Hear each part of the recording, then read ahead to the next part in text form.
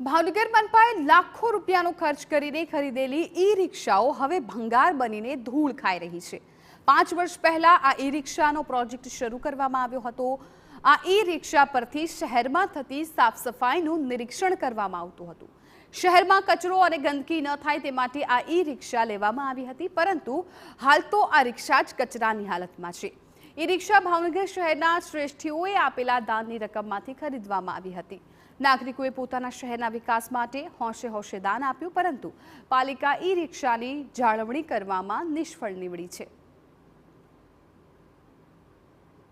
પાલિકાના સત્તાધીશોની અણાવડતને કારણે ભાવનગરના શ્રેષ્ઠીઓએ આપેલી દાન એ અત્યારે કબાડીખાનામાં નાખી અને ભંગાર બનાવી દીધો છે। હવે પછી કોઈ શ્રેષ્ઠીઓ મહાનગરપાલિકા ઉપર વિશ્વાસ નહીં કરે અને કોઈ પાછું દાન ન દે। ખરેખર 13 વોર્ડમાં અવેરનેસ આવે, 13 વોર્ડમાં એક પોલીસ આવે, કચરો કોઈ ન નાખે એની માટે ફરતી રાખવાની હોય। માત્ર નાટક કર્યું, શ્રેષ્ઠીઓના પૈસા નાખ્યા, ને મને તો લાગે છે જ્યારે ઈ રિક્ષા ખરીદી હોય ને તો એમાંય કટકી કરીએ છીએ ને એટલે ખરીદીએ છીએ એવું ચોખ્ખું લાગે છે।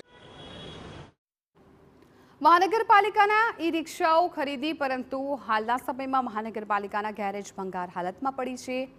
ત્યારે મહાનગરપાલિકાએ રિક્ષાને રિપેર કરાવીને શહેરમાં સ્વચ્છતા અભિયાનનો વેગ આપવો જોઈએ તેવી માંગણી ઉઠી રહી છે।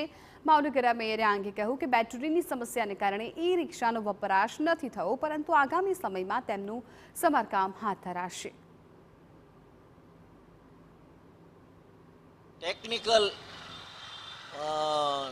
નબળાઈ કયો કે ફોલ્ટ કયો, બેટરીનો મહત્ત્વનો એમાં પ્રશ્ન ઘડીએ ઘડીએ આવતો હતો અને તેથી હાલમાં એ બંધ છે। પણ હમણાં જ સૂચના આપવામાં આવી છે, તેનો તાત્કાલિક ઉપયોગ શરૂ થાય, તેનો કોઈ પ્રશ્ન હોય તો નિકાલ થાય અને બેટરી માટેનો પણ પ્રશ્ન નિકાલ થાય। ટેકનિક જે કાંઈ હોય તેનો નિકાલ થઈને તાત્કાલિક શરૂ કરવામાં આવે।